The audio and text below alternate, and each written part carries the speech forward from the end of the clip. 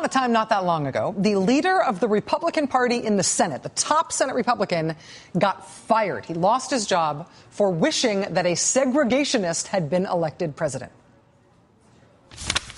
I want to say this about my state. When Strom Thurmond ran for president, we voted for him. We're proud of it. And if the rest of the country had followed our lead, we wouldn't have had all these problems over all these years either. That was how Trent Lott lost his job, longing for how great our country might have been if only a segregationist candidacy had been successful at capturing the presidency. Another Republican in the United States Senate today may have just had his own Trent Lott moment. That story is next. When John Kerry became Secretary of State, his seat in the U.S. Senate became vacant. Massachusetts Governor Deval Patrick appointed a lawyer named Mo Cowan to essentially just be a placeholder for that seat until there could be a Massachusetts election to fill it permanently. Mr. Cowan agreed he himself would not run to hold on to that Senate seat, and he didn't. Eventually, there was a special election to fill the seat full time, and Massachusetts voters chose Ed Markey to go to the Senate.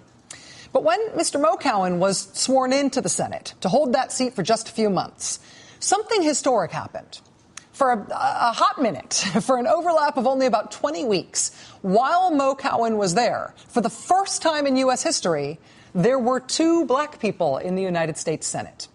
Congressman Tim Scott of South Carolina was also appointed to a Senate seat to fill a vacancy. He got his seat at the very beginning of the year. And then when Mo Cowan got there in February, their overlap in the Senate was historic. We had never before had two African Americans simultaneously serving in the United States and in the United States Senate. And since Mo Cowan is gone now, we are no longer in that situation. Aside from that brief overlap of those two appointed senators, every single one of the few African Americans who have ever served in the United States Senate, every single one of them has served there alone, even back during Reconstruction. The only African American woman to have ever served in the Senate is Carol Moseley Braun, the senator from Illinois. She served in the 1990s. Carol Moseley Braun remains the only black woman to have ever served in the Senate, and she was the only black senator of either gender in the Senate. One August day back in 1993, so 10 years ago, when she stepped onto the senator's only elevator in the U.S. Capitol. She was on the senator's elevator already when a senator from North Carolina named Jesse Helms stepped on to join her on that elevator. Senator Orrin Hatch was also on the elevator with the two of them. And Jesse Helms stepped onto that elevator. He looked at Senator Carol Moseley Braun, the only African-American in the Senate. He looked her in the face and started to sing Dixie, Dixie, the Confederate anthem. Senator Moseley Braun told the story publicly the next day. Then she confirmed it to the Los Angeles Times, along with her press secretary who saw it happen. Senator Carol Moseley Braun said, quote, "He saw me standing there and he started to sing, 'I wish I was in the land of cotton.' And then he looked at Senator Hatch and he said, 'I'm going to make her cry. I'm going to sing Dixie until she cries.'" She's the only African American in the Senate at that time. Jesse Helms got his start in politics in 1950 in North Carolina when his candidate, Willis Smith, was running against Frank Porter Graham, who was the former president of UNC, the University of North Carolina. Jesse Helms said that UNC stood for the University of Negroes and Communists. In that campaign, the Helms side ran an ad that said, "White people, wake up before it is too late. Do you want Negroes working beside you, your wife, and your daughters?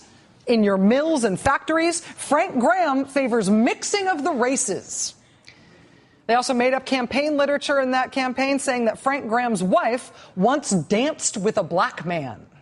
Jesse Helms' candidate won that race with tactics like those. And that is how Jesse Helms got his first job in Washington, D.C. And once he was there, once he himself was in the United States Senate, he led a one-man, 16-day filibuster there against there being a holiday to honor Martin Luther King, Jr. He threatened another filibuster in the mid-'80s to protect the apartheid regime in South Africa from U.S.-imposed sanctions. When he ran for re-election in 1990, Jesse Helms ran an ad that is one of the most famous American political ads of all time. It's called the White Hands ad. And the narrator says, "You were the best qualified, but they had to give it to a minority." Vote for Jesse Helms. It was basically explicit. Vote for the white man to keep white jobs for white people. When Jesse Helms retired from the Senate, David Broder at the Washington Post wrote that he was, quote, the last prominent, unabashed white racist politician in this country. When he finally died in 2008, his Los Angeles Times obituary noted that unlike other symbols of segregation, such as Alabama Governor George Wallace and South Carolina Senator Strom Thurmond, who eventually recanted their opposition to racial integration, Jesse Helms held firm until his death. That whole story of the Republican Party capturing the white vote in the South by becoming the party of modern white racism, saying, vote Republican, white people, we'll protect you from the black people, that is not a made-up story, and it was not a subtle thing. And Jesse Helms whistling Dixie in Carol Moseley Braun's face, saying he wanted to make her cry as the only black person in the U.S. Senate, Jesse Helms is the personification of that and always has been. Never repented, never apologized. It was the whole point of his politics. Jesse Helms. Now watch this. There's another story I heard of Jesse Helms when he first ran.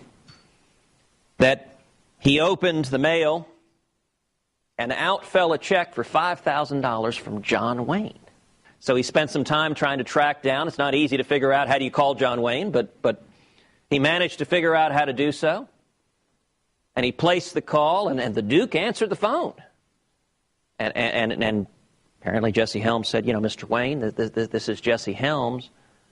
I just wanted to thank you for your tremendous support in this race. Apparently John Wayne said, who? And he said, well Jesse Helms, I'm running for Senate in North Carolina. And apparently Wayne said, oh, yeah, you're that guy saying all those crazy things. We need 100 more like you. The willingness to say all those crazy things is a rare, rare characteristic in this town. And you know what? It's every bit as true now as it was then. We need 100 more, like Jesse Helms in the U.S. Senate. Whistling Dixie in Carol Moseley Braun's face in the Senate elevator. We need 100 more Jesse Helmses. That's what Ted Cruz thinks would be good for America. What happens next in this situation?